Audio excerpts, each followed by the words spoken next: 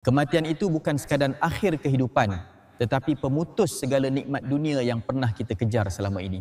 Jom dengar penjelasan Ustaz. Muslimin dan muslimat yang dirahmati Allah sekalian. Tuan-tuan, mati ni dia sifat dia pemutus. Mati ni sifat dia pemutus. Dia memutuskan segala nikmat yang kita dapat selama ni. Mati ni. Hari-hari kita tengok orang mati, tuan-tuan. Tapi kita terlupa kata kematian itu sangat kejam. Dia memutuskan semua nikmat yang ada kat kita. Nikmat kesihatan yang kita duk ada, mati mai dia kerat putih habis.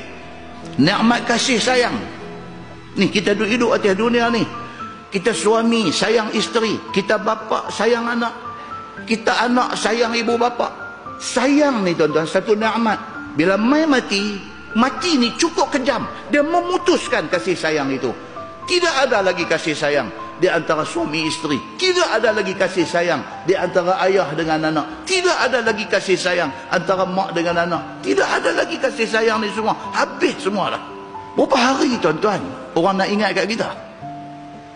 Betul hari kita mati menangis sampai mata merah menyala, bengkak pom. Betul berapa hari? Berapa hari bini kita nak menangisi kematian kita? Berapa hari suami nak menangisi kematian isteri dia? Berapa hari anak nak menangis kematian mak bapak dia? Kita sendiri pun dah tak ada mak bapak. Kita sedih lagi kalau ni? Tak ada dah. Macam itulah anak kita esok. Kita tak ada berapa hari dia nak sedih kat kita. Tak ada berapa hari dia lupa tuan-tuan dekat kita. Kematian itu memutuskan nikmat kasih sayang. Kematian itu memutuskan nikmat kemewahan. Mati aja, rumah duduk di Mindenhide ke, duduk di Damansara Heights ke, duduk di Tropicana Heights ke, rumah banglo nilai harga berapa juta ke, semua tu tinggal.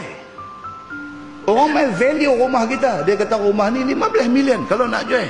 15 million tuan-tuan, malam ni kita mati, tidak ada makna 15 million tu. Kita terputus daripada nikmat kebendaan.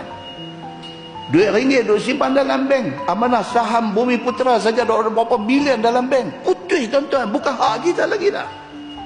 Kematian itu memutuskan segala-galanya. Muslimin dan muslimat yang dirahmati Allah sekalian. Dia putuskan nikmat persaudaraan, dia putuskan nikmat persahabatan. Berapa ramai kawan kita ada ni masa hidup ni.